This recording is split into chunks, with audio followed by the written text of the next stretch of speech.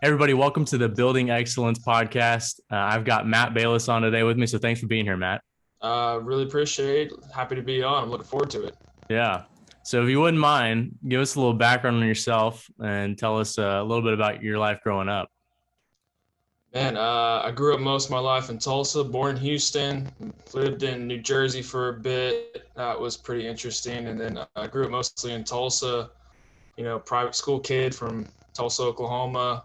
Never really had much to worry about in life, to be honest with you. Had, great parents, great family.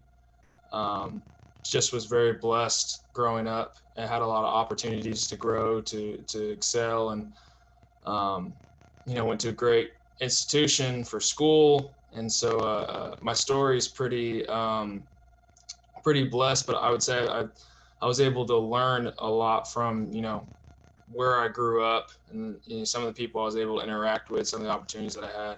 So growing up for me was definitely something that helped me build the person I am today, and the people around me helped me a lot, especially in the Tulsa area. Meeting people like Bailey and his younger brother Brett, and just all the friends that I made up in Tulsa really helped me grow as a person and kind of build the foundation of who I was when I got into college, and I was able just to kind of go from there. Yeah. And like you mentioned, Brett, my little brother, is one of your best friends. And so you kind of grew up around my house. So you're like a little Yes. brother being around as well as Brett. Yeah. So for better, for worse. Yeah. Yeah. We were over at the Miles house all the time, just ruining Bailey's day, Yeah. just annoying him as much as possible. And we got to annoy you back. So Yeah. You got me back a lot too. but one of the things, in all seriousness, though, is I've been able to watch and see your progression as a person, and I think that's been one of the funnest things to see. You progress into the person you are, and then obviously, you're married, and you have an amazing spouse right now, and just going in the Yeah. right direction. So that's why, for me, it's been fun to watch and see you overcome adversity and continue to push through to reach your goals that you've had that's been set before you. So that's what is really cool for me to watch, and that's what I want to definitely get to and share. But talk about, you got two older sisters. Oh yeah. What was that like growing up with those sisters, and how did you guys compete, especially in sports, just being around athletics all the time? So it's funny, I played D1 college football, but I don't think I was the most successful athlete in my family.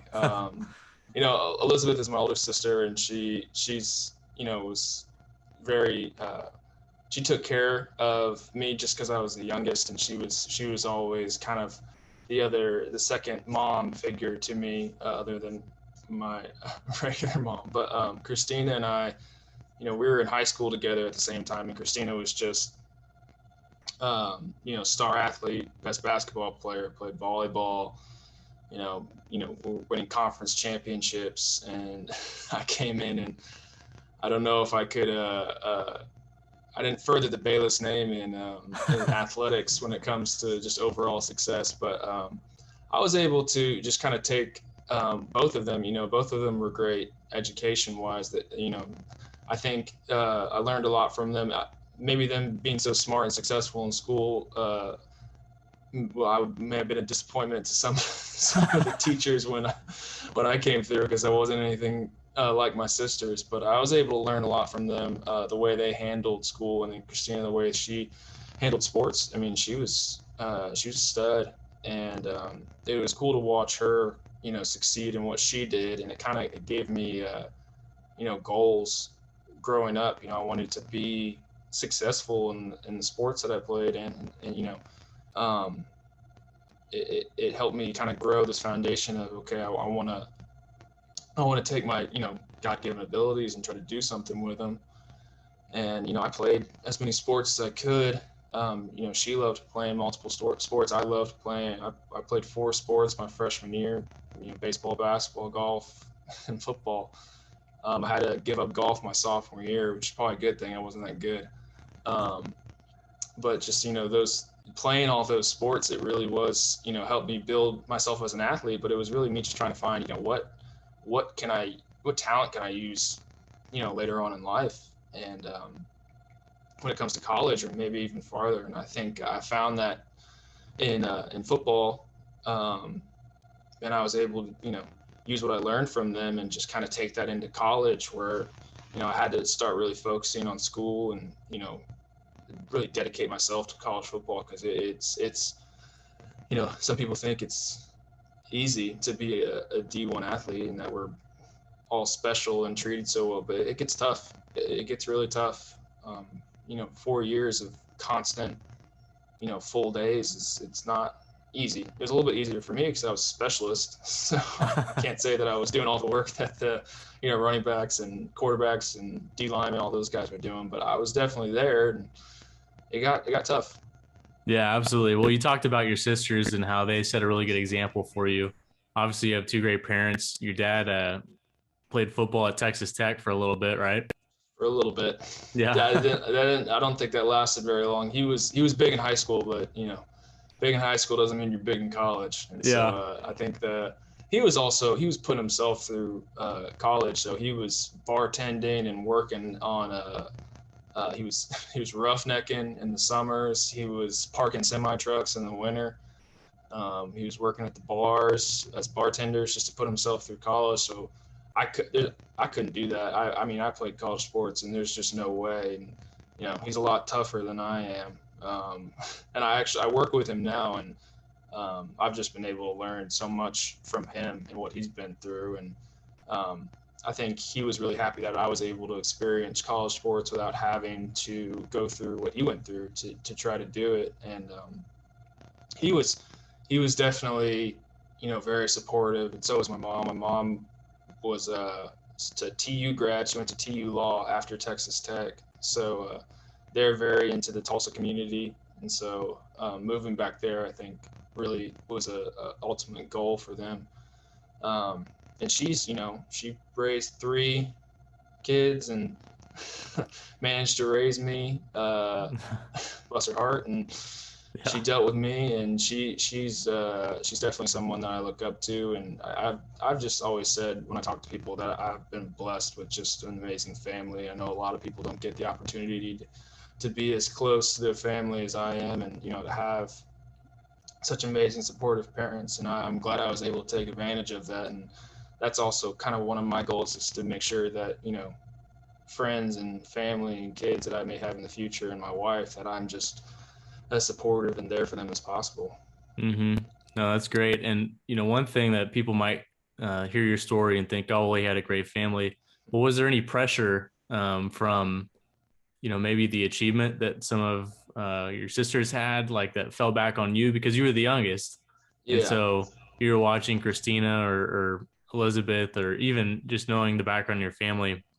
Was there any pressure that came to that, like that you put on I think there was yourself? pressure whenever I found that I was good at something. So, when I was always pretty average at every sport. I was good at everything, not really great at one. And so when I finally got my niche in in deep snapping, it was kind of like, okay, are you going to take this serious? Is this it? Like, you're good at this, you excel at this, people are interested in you. Like, are you going to take advantage of it? And I think that's when the pressure finally kind of started hitting me. And it was never, if this doesn't work out, we're going to be upset with you. It was more of like, I want to take the stress off my parents. They've been amazing to put me through the school that we had in Oklahoma. What can I give back to them? All this money they've spent on me for sports and for education. What can I give back to them? And college, to be honest with you, football wasn't my favorite sport. I can tell you that right now. But when I knew I was good at deep snapping, it was the goal at that point. It didn't matter if it was my favorite sport or not. It's what I needed to do, because it was where I could be successful. It was where I could help my parents out. It's where I could go get an education paid for, which nowadays is, it's like gold to get education paid for. Is anybody would want that. They'd do anything for that, just because it's Absolutely. become so expensive. And so I think the pressure was there. I put on myself mainly to try to, help my parents out, be successful, and ultimately, you know, try to build a future for myself, possibly in football. I can tell you now, it didn't work out now, but it was still the experience itself. I would never change. I would never go back and change anything about it. Sure. So Well, when did you start to realize that you had some talent within football and long snapping? I think it was my sophomore year. It was freshman or sophomore year. I'd done it as a freshman for field goal. You don't do a lot of field goal in freshman football. You just kind of you get close. You just try to score something because you don't usually have the kicker to get to make anything, right? And so I'd done it for field goal in middle school freshman year, and then sophomore year when I started doing punts, I just kind of grabbed a football and just did it. And I always kind of tell people when I'm talking about deep snapping is you either have it or you don't. You have the base for it or you don't. Um, so as soon as I saw that I could throw a football through my legs pretty well, I was like, all right, I can build off this. And so I started doing that kind of my sophomore year.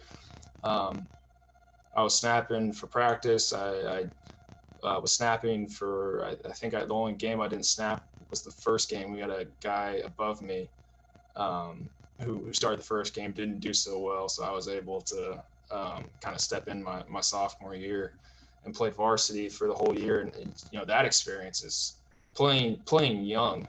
That'll teach you to get over some nerves and to fight through stress because, those guys have been playing for 4 years. They want to be successful, and you're not going to be the kid, the sophomore that ruins it. So that helped me build kind of my confidence in myself. And then, it's just like, it's strange. It's just like every sport. You have the AAU kind of lifestyle for deep snapping. It's hilarious. It's like you have these camps that you go to and you build in this kind of following from colleges, and that's how you connect to people, which I thought was so funny. I thought it was only like you go play basketball camps or baseball camps or football camps and get your name out there for like O-line camps or D-line camps. And when I found that there was this huge network of special teams and camps and college camps, I was like, wow, there's actually like a lot of potential here. And so I started going to those, and I realized, I'm one of the best guys out here. And I went my first camp I ever went to, I believe I was a beginning of my sophomore year. I went to a camp in Dallas with probably the biggest name in deep snapping, Rubio long snapping. Um, and I won the camp. I beat the kid that had just got a full scholarship to Texas as a sophomore. He was a senior. And I was like, all right, if that's not telling you something right there, like, and that was with just picking it up and doing it. I Mm-hmm. hadn't gone to a coach at all. I just grabbed a football and started snapping. Well, you had And natural ability from Rusty, so yeah, Rusty just, I just learned everything from him. I'm just kidding. and, it's funny though. I think deep snapping requires a lot of hand-eye coordination, not a lot of athletic ability, which favored me. So that was good. Well, also, real quick, I want to get back into that story, but also you were kind of, in a sense, I mean, not really, but you were kind of a late bloomer as you were growing throughout Oh high yeah. school. I mean, you grew a Mm-hmm. ton. So back when you were a freshman, I mean, you were how tall were you? Maybe six I was foot, probably 6'3", kind of 6'3". towards the middle of my freshman year. I was Okay, probably but more long, kind of gangly growing in your body, still am, right? but yeah. No. So over time, you were starting to grow in your body, starting to gain a little bit more of that athleticism Yeah. from actually maturing, growing your body. Yeah. And talk about that along with going to these camps, starting to gain some confidence in yourself, because confidence, as we all know, is critical to success in whatever endeavor we're doing.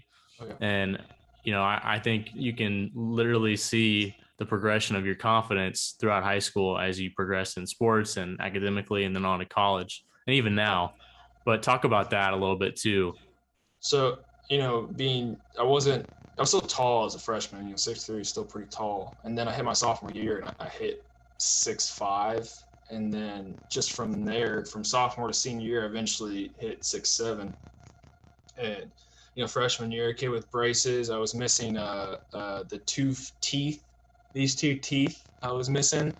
Man, I was a goofy kid, and I was a little chubby. It wasn't a freshman year wasn't a great time. But slowly as I got older, and I was a late bloomer. I was young for my class. I think my parents always wanted to hold me back, which hindsight might have been a good thing. But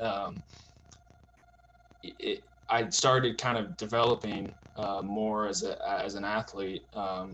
Just in height. I mean, height can take you so far in sports, and so just kind of building off of that. I was, surprisingly not the tallest guy in school, but being one of the taller guys, it helped me a lot in a lot of sports.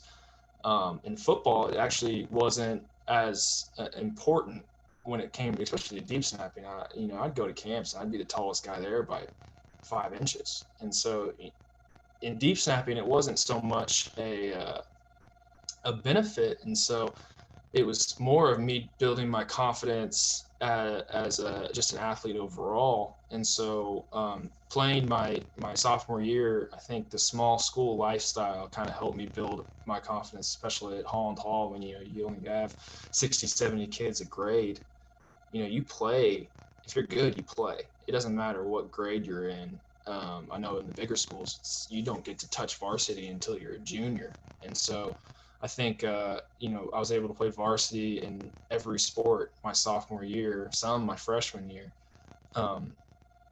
And that builds confidence, in my opinion. I think the thing that builds confidence is experience, and starting younger, getting to play younger just develops more experience, and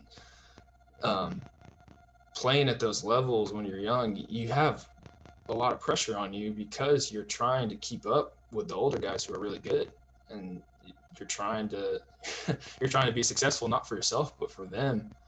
And so snapping when I was younger, and as I kind of went into my junior year, I was like, all right, I've done this.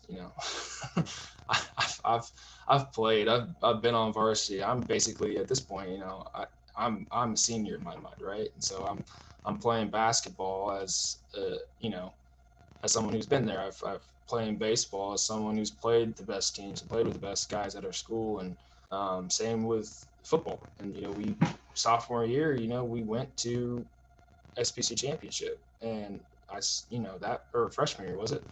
Sophomore, And I was, I think. and just to be a part of that, that's big time as a younger guy in high school. And so I think just kind of growing from there, it was the biggest thing was experience for me. I think no matter what, my body was going to grow and develop, and I was going to become more athletic. Thank God. I would have stayed the way I was a freshman, I wouldn't be on your podcast. But that was going to happen. At that point, it was a mental thing for me. It was overcoming, any fears or nervousness that I would get on the field or on the court. And so I think I just kind of used that, and plus the growth in my body, to just combined it all together, and that really what made me a better athlete. I don't think I was ever the person to excel athletically when it came to speed and strength, and quickness. That was not me. I was not the guy. You're not gonna look down the court and be like, that guy's fast. No. I'm the last one down the court. But I think overall, just kind of as an overall athlete, I had a lot of things I had to bring together to just kind of build myself. Yeah, and you started to identify things and skill sets you were good at with long snapping. So you're going to these camps. You start to gain some confidence, and you start to really hone in on like kind of your craft in a sense, right? Yeah. And so you go to these camps, you get to realize that, hey, I can actually do this. I can play it. I can be this guy at a high level. Talk about, after going to those camps, what were some things that transpired to get you to where you went to UTSA on a scholarship, and what was the recruiting process like for you? So recruiting was really fun. I will say one thing: getting recruited to play D1 football. They have the most money, so they can, it's really enjoyable, and it's a big confidence booster. I mean, when you get letters in from Oregon, Oklahoma State, Georgia Tech, you hear about LSU calling your head coach and things of that nature. I was really like, wow, like this is, flattering, right? And I think at the end of the day, I wanted to go somewhere I could play, which ended up narrowing it down to kind of Oklahoma State and UTSA. And man, my mind was set on Oklahoma State at one point. I was going to every game I could. I was constantly talking to the coach, and then I kind of realized that the bringing in another deep snapper my age, I'd have to go to camp and compete with the 3 that they already have, plus the 2 that they're bringing in, and that they only half scholarship their deep snappers. And I'm like, that's never been my goal, right? Mm-hmm. That's never been what I've wanted. And it would have been really cool to play at a big school like that, but I was a small school kid anyway. It was never like I want to play in the biggest school, best field, most fans. It was more of like I just want to play.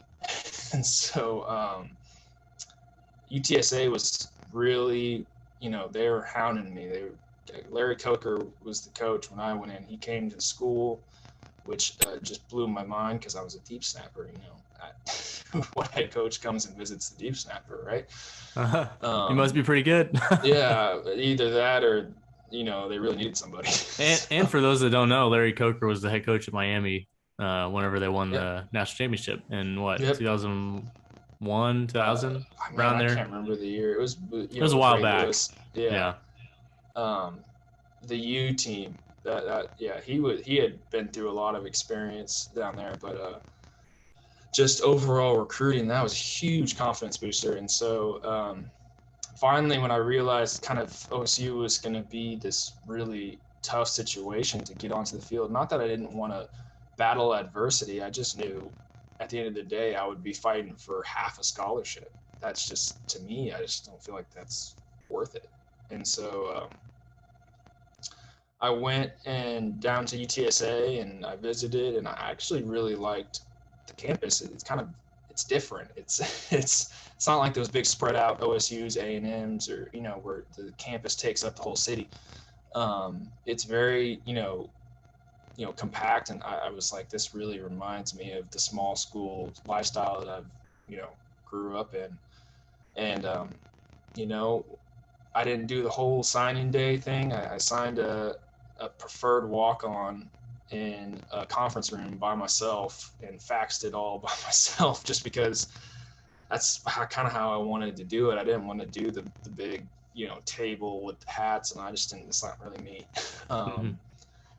And so I all those camps that I had gone to, kind of back to the first part of your question, there's a lot of college camps that you go to. And so I was traveling across the United States to all these different college camps. And I think the first one I went to was Arizona State. And that was really cool. Arizona State's the opposite of small school lifestyle. I don't know if you've ever been there. And they had, at the time, the old TU coach was the head coach there. I can't remember his name. Todd Graham. Thank you very much. So I actually got to meet him. He picked me out of the whole entire campus at Tulsa Boy, come here, and was talking to me and all that. And I had actually just won the camp, because special teams is all about competition, right? So every camp you go to, you're gonna have at the end of the day, it's like who's gonna win the camp. So I went and won Arizona State. Well, and what defines winning camp? Like, are you drills and so things? you basically just go up there and they're like, all right, we're going to do this many snaps, it's worth this many points. If a good snap is worth 5 points, bad snap -2 or something like that. And everybody else had their own target, so it was really funny. You'd go somewhere, you'd be snapping to something different every camp you went to. At Arizona State, we started off snapping to the goalpost, which was funny in my mind because it's just not the same as snapping to a person. But at the end, we snapped into a trash can.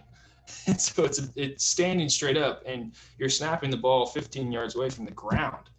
And so to get it into the trash can, you'd have to do this huge arc. That's not what you do in a game. And somehow, I don't know how I did it, but I just snapped one on a line, and it just went right over the front lip and hit the back and went in. And the coach goes, "All right, we have our winner." And I was like, "What?" Okay.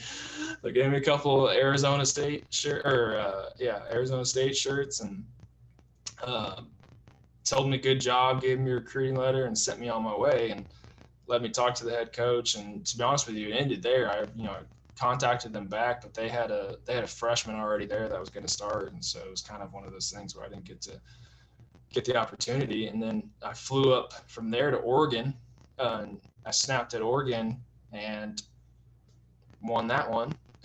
And I went back home to OSU and snapped at OSU, and I won that one. And then I went to Tulsa and I won that one. And it was like, wow, like I'm good at this. Like Yeah. this is my thing. Like I can excel at this. And went to UTSA, and the coach was like, I'm not worried about your snapping. Like I want you here. I know you can snap a football. Like that's not my thing. I want you to come in. I want you to snap for us soon. Um, and that's why I signed the preferred walk on there to get a scholarship straight out of high school for deep snapping. You're either going to Texas, Alabama, LSU, or like Auburn. There's only a handful of schools that'll do it. And so you're going in to fight for a scholarship. And I think my big thing is I wanted to find a place I knew I could win. And if you're telling me I have to go against 5 guys against 3 guys or 2 guys, I'm going to take the 2 guys because I want to play. And not just because I don't think I can beat out the 5 guys. I want to play for 4 years. I don't want to have to wait 2 years. I don't want to have to sit on the sideline and, sit in my dorm room and miss every, game. And so I went to UTSA, and I after 2 semesters, I was on scholarship and I was starting. And so, and I played four full years of football, and I couldn't have done that anywhere else. For 3 of those years, I didn't even have a backup. My backup was a linebacker. It was second string linebacker. And so it was just one of those things where I was so confident in myself, and the coaching staff was so confident in me. It just came so easily. And that was one of the things I knew when looking at UTSA, that, I have the support here. I know I can be successful here. I'm going to go here. And it wasn't because I didn't think I was going to be successful anywhere else. I just wanted to play, and I wanted a scholarship. Yeah. Where can I go where that's going to be, that path is there, right? Mm-hmm. And so that's why I really ultimately ended up choosing UTSA. Yeah, and it was the timing of everything. Situations occur where they might have some guys scholarship stuff. The timing is that, and the opportunity was there for you to go to Oklahoma State. I mean, UTSA. It really is. It is a lot about timing, because a lot of these kids that the bigger schools, signing a preferred walk on there is almost like, they're already got scholarship guys that are coming out of high school. They're already offering long snappers scholarships. So if you're not the guy that's getting the scholarship out of high school, you're not the guy. Because at the end of the day, it's football is a lot of politics, and they're going to play the guys that they have invested in, and they're going to try to play them until they're successful or until they fail. And that could take 2 years.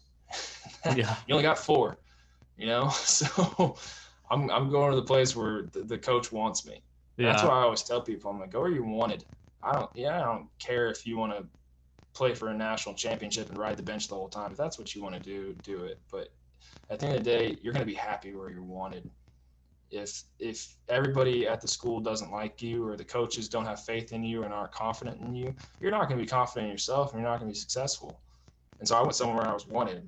And you're telling me you have 3 deep snappers and another guy you're bringing in the same class, that just sounds like you don't want me. It just sounds like you're trying to find another little cog in the machine that you're trying to, build. But, it didn't feel that way at UTSA. It was like, hey, we need you. We want you here. We want you to play, and that's what we need. Mm-hmm. So yeah, and they were invested in you. Yeah. One thing, exactly. I don't want to backtrack too much. I want to get into your story at UTSA, but talk about when you first went to that first camp in high school. How did you go? Did you take the initiative to go to the camp, or did it just kind of come about, or did you kind of know what you wanted to do and you went and got it? I went to another one of those Rubio camps, which were, weren't college affiliated. They were just a guy that built a brand. for long snapping and how he coached it. And he came up to me and said, "Hey, you're a junior. It's your, summer junior. It's time. Let's go. Like you need to get out there." And so I started looking into college camps, and I started thinking about schools that'd be really cool to play at, which was kind of the initial thought, right? Where it would be cool to play at, right? And so I thought, okay, like, hey, OSU has a camp. That's right down the road. That's easy, right? But then I thought, why stop at Oklahoma? Why not expand it a little bit? Let's go to Texas. I went down to Austin for the Texas camp. I went, I was thinking, where can I see my talent at its full extent, right? Where can I go snap and be like, all right, am I the best guy here? Am I just, in the middle? Like, what am I? Because there's not every snapper in the world is at those Rubio camps, right? There's multiple other guys that have snapping camps. So you go to the college ones and you see the guys that are good. And so he was like, "Hey, you're good. Let's go. Let's start." And so I think the first one we signed up for was OSU, but then we saw some more that were before that, and we're like, are we gonna do this? I'm not playing no baseball this summer, right? No basketball this summer. So what's this summer about? And it turned into the summer of let's get recruited. And so we signed up for, Arizona State, we signed up for Oregon, we signed up for Texas, we signed up for TU, we signed up for OSU, UTSA, just, what we could, we did. And that's where my parents came in. I mean, that's support, that's flights, that's hotels, that's camp fees. Fortunate enough for them to take care of that for me. And I know a lot of people aren't blessed with that. And so I think it was taking advantage of the opportunity that I had. I don't know if it's so much a fault to have the opportunity. I feel like some people, don't like it when people have the opportunity to do stuff. I'm like, well, my parents, they worked hard and that's what they wanted for me. And so they were willing to do that. And my mom went with me. My dad was busy. It was my mom. She took me to Arizona State. She took me to Oregon, took me down to Austin, wherever I needed to go. She took care of it. And so that was kind of the support system that was needed to get that done. And if you're doing it on your own, it's possible. Like you can work, you can drive, you if your parents let you drive all the way to by yourself or Oregon. But there it does take initiative from me to get it done, and that was kind of I laid the ground like, hey, I'm gonna go do this, and they were just there to be like, all right, we're gonna help you, let's do it. Yeah, and so, I would say, if you want your parents to support you, you got to show that you're interested, right? And you got to show that, like, hey, I want to go, let's go. Like, I want to be there. That's what it's going to take to get that done. It's not, always going to be all about the money. It's like, do you want to do it? Do you see yourself being successful in it? If you're half into it, don't do it, right? Mm-hmm. You're either full into it or you're not. Yeah. Because if you go do all that and you're not full into it, you're just wasting money. Mm-hmm. But, kind of the point that I want to make off that story is that first off, you knew what you wanted. Yeah. Secondly, you took advantage of the opportunities that were given to you. So no matter what the opportunities were, everyone has some type of unfair advantage, and you took advantage of that. And then also you took the initiative to go to these camps to do that. So It wasn't like maybe at the time, even if you were a fantastic long snapper, you didn't have everyone just knocking on your door at the start. Like you took the initiative to do it, and then all of a sudden that happened because of you taking the initiative and working hard. So with that being said, let's go into your time at UTSA. You said you got to do 4 great years of long snapping, being on scholarship. You got to play against some good teams and went to some bowl games, right? Went to one bowl game. One bowl game. Okay. Yeah. Okay. So singular, not plural, but still, that's a great experience. Talk about some of the lessons you learned while being on the team at UTSA. Yeah. Okay. So I redshirted my freshman year, and that's what most people do.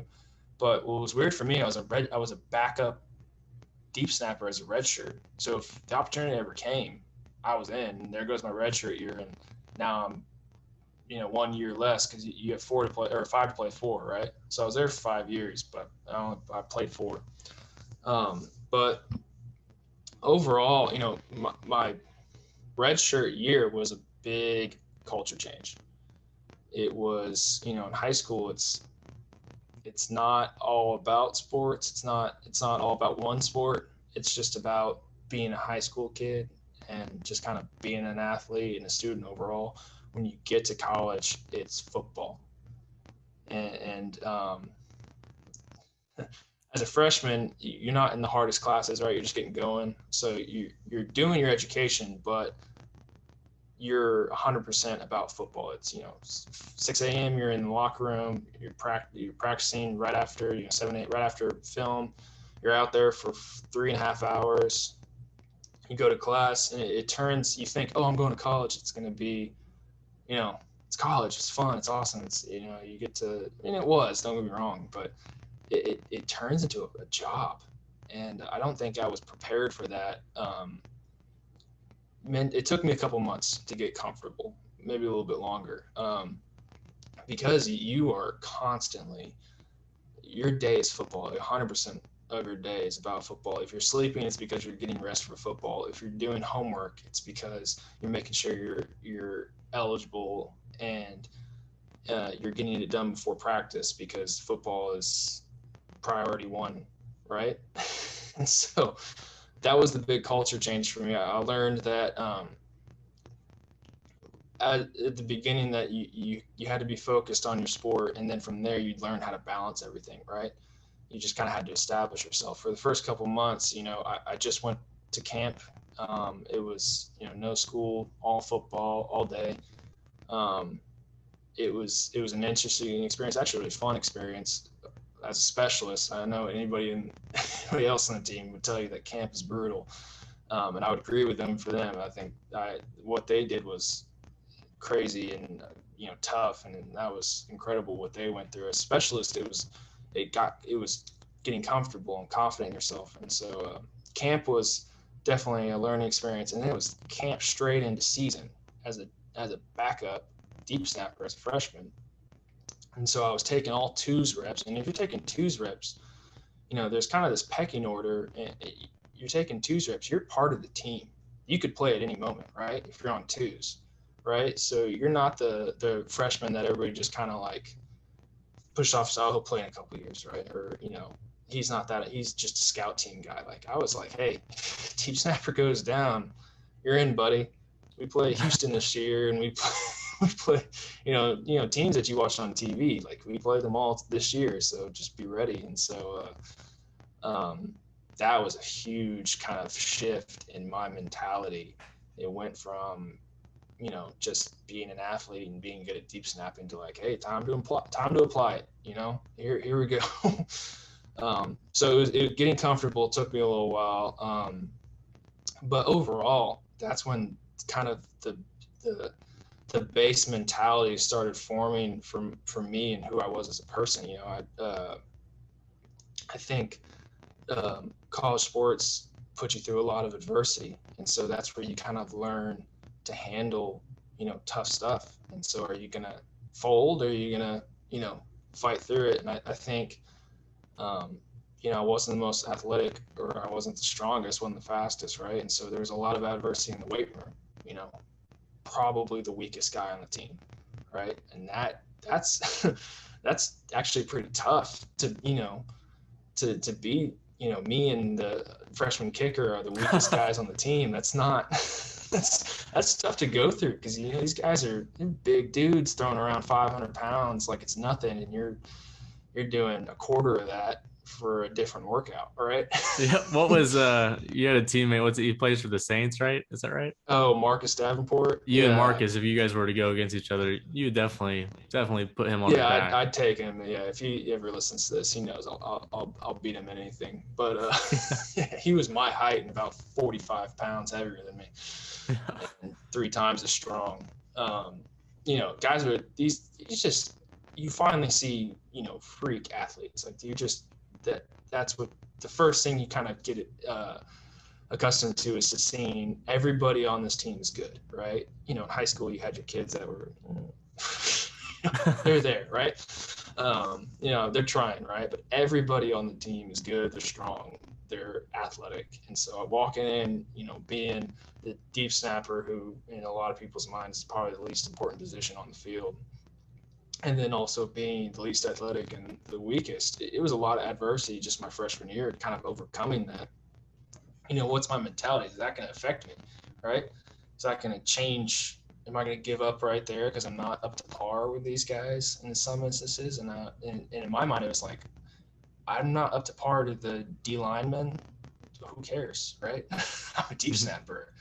If anybody wants to come deep snap against me, I'm going to beat them, right? And so that was kind of my mentality my freshman year, was like, I'm good at what I do. It doesn't matter what anybody else does, right, on the field. If what I'm doing contributes to the team and gets the job done, and you know, you know, am I doing my 111th, what a lot of the coaches would say, then nothing else matters, right?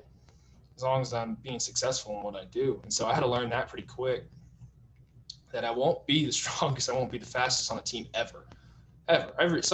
Wherever you go, someone's always stronger and faster, right? Unless you're like, I don't know, Aaron Donald. But that was kind of the first learning experience I had to go through. And then I think a lot of people think that just getting to college and being there is the final goal. And I'm like, you got to build yourself. You got to build relationships. You're never going to get through any of this alone. I think I was fortunate to have amazing friends, other specialists that I played with that just became my friends for life. And then just, you know, other people my age that I met, you know, through sports, just kind of bonding over them or with them. And that was huge. And I think that was what got me through my freshman year. And then from there, it was kind of just cake. Like, let's go. Like, that's, you know, obviously dealt with more adversity, but now I knew how to handle it, right? Just be confident in what you do. And the way to be confident is you have to be committed to your sport. You know, you can't just lackadaisically just be like, oh, I play football, walk around, don't do well in school. You know, you're just a big guy on campus, think it's all about you because you play football. That's never going to get you anywhere, right? That's only going to be a hindrance to you. And so learning my freshman year, like, hey, nobody's worried about you. The only person that needs to, you know, needs to be worried about what you're doing is you, and you need to take care of it yourself, and then everything else will come, right? And so I struggled a little bit in the classroom my freshman year, just because I was handling so much that I wasn't ready for, and kind of trying to, you know, have fun and hang out with friends and enjoy college, and also play football and do school. And I had to learn how to balance all that. And so when it comes to overall, like, you know, the football experience, to say it was just football, I don't think anybody will ever tell you that when you play football, it's just football. There's so much more to it. You have to be in school.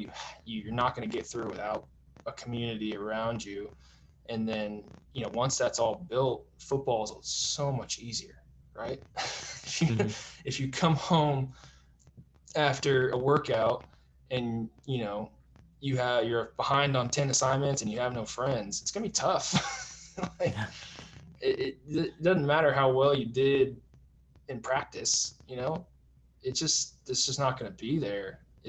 So you have to be able to build yourself as a full human being once you get to college. And that was the difference in high school, man. High school was just, you know, do okay, you know, enjoy your life. You don't have that much pressure on you, play some sports, and then boom, college hits you. Your mentality has to completely change.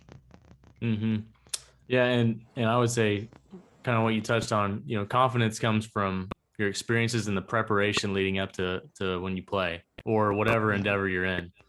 And Yeah. so because you're focused on, you know, being the best at what you're doing, you have confidence within that. So I know you're not one to kind of like, you know, tout, but you know, you had a really good career at UTSA. and wound up getting opportunities to, work with NFL teams, leading out of college. Kind of talk on that. You were also all conference for your conference for, was it a couple years? A couple years I was all conference, yeah, and I was able to be um, kind of a captain leader for special teams for a few years. I was able, I had a full career with no bad snaps, which is kind of that's what I cared about the most. Yeah. Conference awards are, when it comes to special teams, are very political. I don't think they truly highlight the best players in the conference, and I think you can prove that statistically. I, um, but when it comes to just kind of overall success, my idea of a successful career is not messing up at your job. Yeah. Right? How And many so snaps was it? God, I think it was 500 something. 500 snaps without a mess up. Yeah, That's pretty good. that was what I was most proud of. That was, and I had some close calls. Don't get me wrong. I had some situations that were definitely, not everything's perfect, right? And You had so, some good punters or kickers or placeholders. yeah, and I did. I was able. What helped a lot is I was able to snap to older guys starting off who were really helping me kind of get comfortable, and then whenever I transitioned to being the older guy, it helped me be a leader. And so, like I said earlier, playing young, it's it is so beneficial because it builds, I think, confidence, leadership, kind of, you're able to teach how it's done, right? And so, yeah, I had a successful career, and it was, the conference awards were nice, right? And I have them in my office with me. Don't get me wrong, I'm proud of them, but I was really proud of the fact that I never had a bad snap. That's Um, pretty incredible. I wasn't breaking any tackling records, I can tell you that, but You might have that wasn't my first job. yeah, you might have been the one who was the fastest long snapper to get down to the punter. Anytime Yeah, you watch that's that TV, that dead sprint, yeah, baby. that's no records are broken on that one. I definitely I was definitely third or fourth down there. I was maybe the first because nobody blocked me, but and At that what transitions into the NFL conversation pretty well. Yeah. Well, uh, at what point did you really understand that, hey, I have an opportunity to actually be an NFL long snapper? you so it's people start, like it's almost like when they put out the draft, the mock drafts, right? People put out kind of their ranks for specialists, right? I was top three deep snapper coming out of college, and I was like, really? Okay. That's interesting. What can I do to take advantage of this? And so, I had an agent contact me. Um, I put film together and I started going to pro camps. And it's almost like the same thing for high school. There's like this network of pro camps for deep snappers. I'm like, of course there is, right? That just makes sense, right? And so I'm going to these these pro camps, and when it comes to snapping, I'm winning, right? Like I'm one of the best guys out there. And what I was not best at, once again, was I was not the strongest and I was not the fastest. And that is ultimately what hurt me. And so pro day comes around, and dealing with adversity, I'll tell you one thing is going into pro day knowing you're gonna be in the bottom percentage of strength and speed, right? How are you gonna do you own it? And how are you gonna overcome it? So I knew going into pro day I got snapped really well. And so I think I snapped amazing, but at the end of the day, my 40 was, man, I don't even want to tell you how slow it was.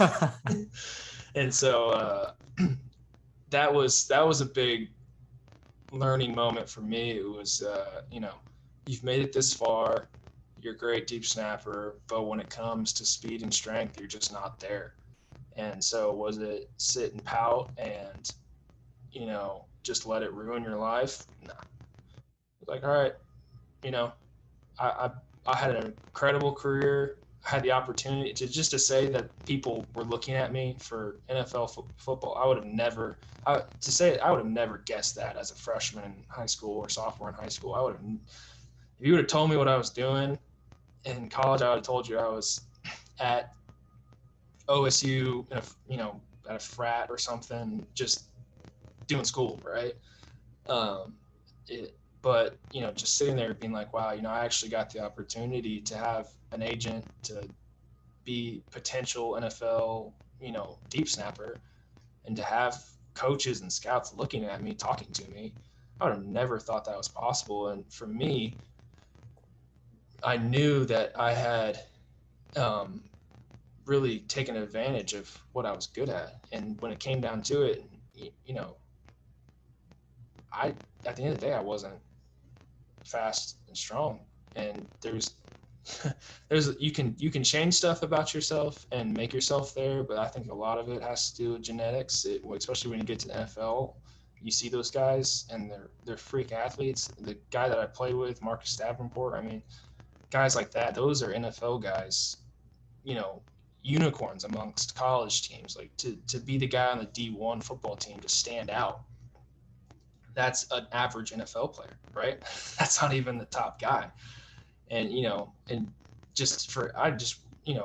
him naturally, just watching him lift and just kind of like get injured and be back in a month and a half after a pretty serious injury and already throwing up more weight than he was before he gets injured. It's just you kind of realize there's genetics play a lot into what you're doing. You can only go so far. And for me, I think I didn't get to my peak, but I think my peak probably wouldn't have been good enough for an NFL. And so I kind of just sat there and I was like, okay, am I gonna sit here and just be sad about this, that I didn't make it, or am I just gonna say, okay, that was an amazing experience in my life, it's time to go to the next chapter? And that's what I did. I was like, okay, football, gave it a couple tries, gave NFL a couple tries, it's time to go. I Yeah. think I have a long life to live, and to just kind of sit there and try to do something that I've failed at a couple times. I needed to learn from that and then move on. Mm-hmm. And I know some people say, go ahead. Well, one thing I want to touch on real quick is that, you had that season where you did really well after your senior year, got some opportunities to work out with some NFL guys, and then ultimately decided that you didn't have they wanted you to get a little stronger and whatnot. So before Yeah. you decided to transition out, you said instead of moping, one thing I want to touch on is that you actually started working out consistently all the time. Like you started to Mm-hmm. gain muscle mass. Like you were doing things to Yeah. have another opportunity. So it wasn't like you just sat on your butt. It's like, okay, it's over. I'm done. It was Yeah. like, okay, I'm going to give another shot and I'm going to see how well I can do here. I was going And to make sure that I gave it my best for the last try. And I did. I worked out every day for, you know, 2 hours, 2.5 hours, ate right. And I was also working my job that I have now while I was doing that. And I just made sure that the next time I go out and try, I'm going to be at what I think is my peak. I think I think I could have been maybe a little bit stronger, but at the end of the day, I only had really 8 months to kind of get ready, and I'd put on 25 pounds of muscle, I think, at that point. So I'd really, worked pretty hard to get to that point. And then after doing all that and then getting there and trying out again and ultimately failing, it was like, okay, I have no regrets at this point. mm-hmm. I've tried my best. I've put it all in there, put it all out there, snapped great on my last try, and just didn't work out. Yeah. I Was can't, it, was it fun getting that experience to go around and, I mean, some of the teams you're with working out, who were they again? Oh, I didn't. Unfortunately, I didn't get to make it to any of the rookie mini camps, which was kind of the goal. Um, I was able to go to a couple kind of special teams pro combines where you had these coaches, and we went to one in Mobile, Alabama, And there was plenty of, I think there was 24 teams out there with all the scouts. And then, there's about the same amount for both my pro days that I went to. And so I know I had some opportunities with some teams that were interested in me. Ultimately, they didn't pan out. I think the goal was to get into a rookie mini camp, and when the invites didn't come, and man, seeing some of the kids that were invited guys that I would beat out snapping at camps that were getting invited to rookie mini camps, that was kind of an eye opener to me. I was like, I'm not used to this, right? Camps I went to high school, I was the guy, right? And now these other guys, and I'm just kind of questioning what's wrong with me. And eventually I just kind of had to sit down and realize, like, hey, you're not the full package for the NFL. You tried your best to get there, but you're just not, that's not it. And so saying I was done, the time when I said I was done, it was almost relieving, right? And because mentally I knew I'd tried my best, right? And I was no regrets. I wouldn't change anything, right? I'm happy that I did what I did. And so that was a huge stress reliever, just to be like, Matt, you went out there, you gave it your all, you snapped great. At the end of the day, it's just not the fit, right? And so it's time to move on in life. And I think ultimately sports taught me that, right? You fail. All right, I failed. Let's go be successful, right?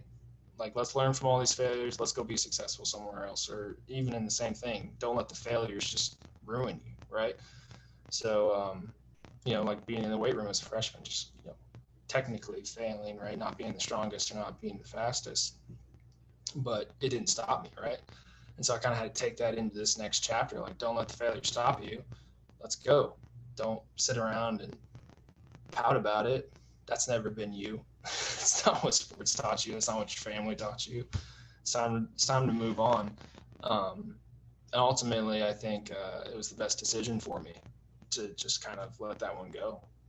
Yeah. And, one thing I want to honor your time because I know you got to go here in a second, but, there's so much that we could probably touch on in terms of just, your relationship and being married to Lauren and whatnot. And then obviously your faith and how that's grown over time. But as we close here, I want to ask a few quick questions. Do you have a favorite piece of advice that you've ever received that you would like to share? Man, I had a coach, and I've had a couple people tell me this before, but they'd always say you reap what you sow, right? And that could be in any context, right? That could be in, if you do bad things will happen to you. If you put in the work, you'll see your success, right? You find what you're looking for almost, right? And so, at the end of the day, it's true. If you put the work in, you'll get the benefits. If you don't put the work in, you'll get the failure, right? And so, and I think that's you can apply that to anything in life. And I think that's the best advice, is a broad advice, in my opinion. Something that can be applied to anything. So kind of the reap what you sow mentality is kind of what you have to take into, in my opinion, into everything that you do. You're not going to get out of it.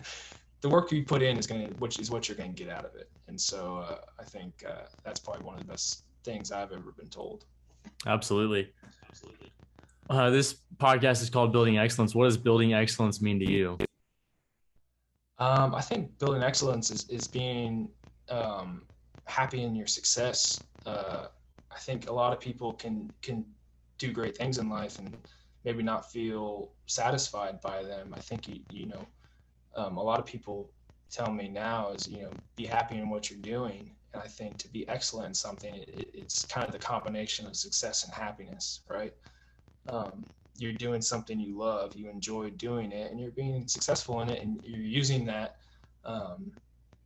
as a foundation for your life, your friendships, your faith, and just being excellent.